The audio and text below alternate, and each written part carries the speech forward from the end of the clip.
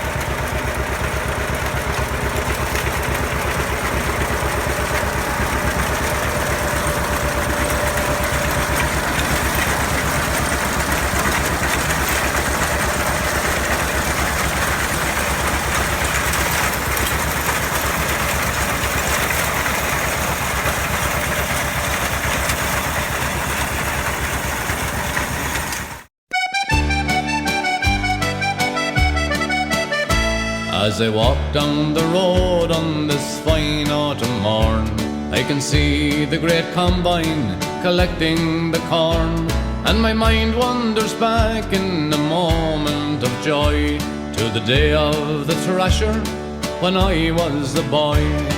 All over the valley you could hear the strange sound of that mighty machine on its annual round. All the men in the townland would follow at will, and they'd all lend a hand with the old thrashing mill.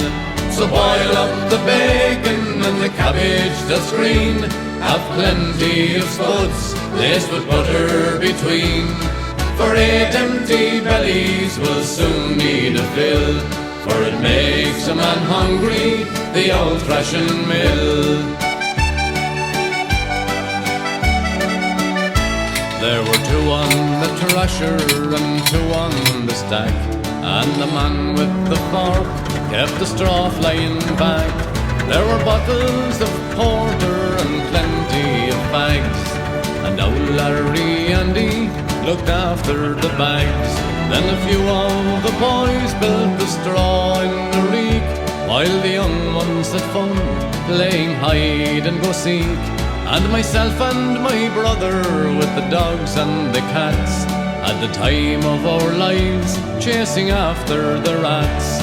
So boil up the bacon and the cabbage that's green, have plenty of spuds laced with butter between, for 8 empty bellies will soon need a fill, for it makes a man hungry, the old thrashing mill.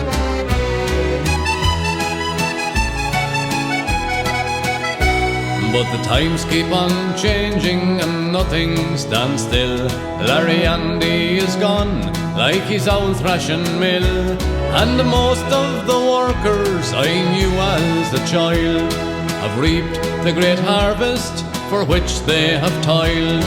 No more in the valley will hear that machine, for just like the corncrake they're gone from the scene.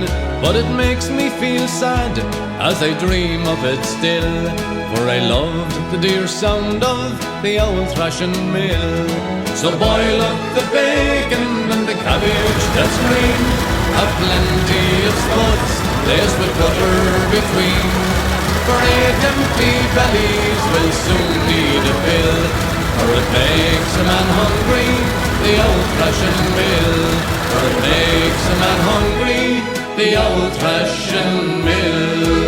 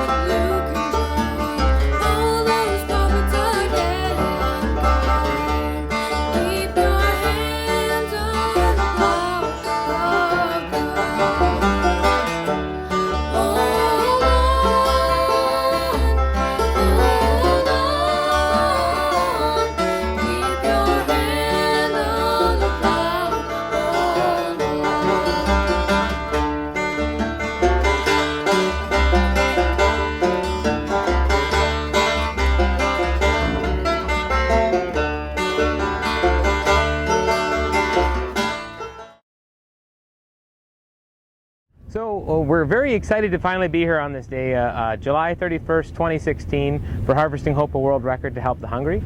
This has been 2.5 years in the making, since January 2014, when the museum and the Food Grains Bank agreed to partner on this very special occasion of creating the world's largest pioneer harvest.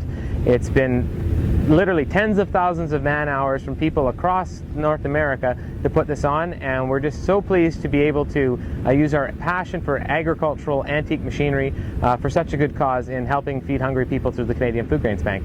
So we're still creating the final tally of how many machines and people are going to be attending, but we've blown past our goal of 125 machines, and we're nearly at 150. I believe the last count was about 147 machines that are actually going to be partaking in the event. We have well over 800 volunteers that are participating just in the event itself. There's 1,400 people that are helping out across the museum grounds today. What's been really neat about this event is how it has brought people together from across North America. We've had machines come from as far away as Edmonton and Iowa to participate in this event. We have volunteers that have come all the way from Florida and Newfoundland and BC, as well as all points in between, in order to help make this record a possibility. So today we're using machines. The earliest known machine that we've got is an 1887 vintage hand-feed threshing machine from Stettler, Alberta. Right up to the newest one is a 1953 International with the rubber tires and everything. One of the last threshing machines that was ever built by International. When we put all of them together in terms of what this would mean for threshing capacity, we're looking at over 6,100 horsepower on the front end powering these machines, nearly 4,000 cylinder inches of threshing space, and that equates to about somewhere around the 17,000 bushels an hour mark, which is equivalent of about 12 to 13 railway cars an hour that we would fill if we were running these machines full time. The other really unique thing, not only about the people coming from all over the place, but it's also the gathering of like-minded organizations. Basically, every major museum across Western Canada has brought an outfit to this show to be part of this world record event.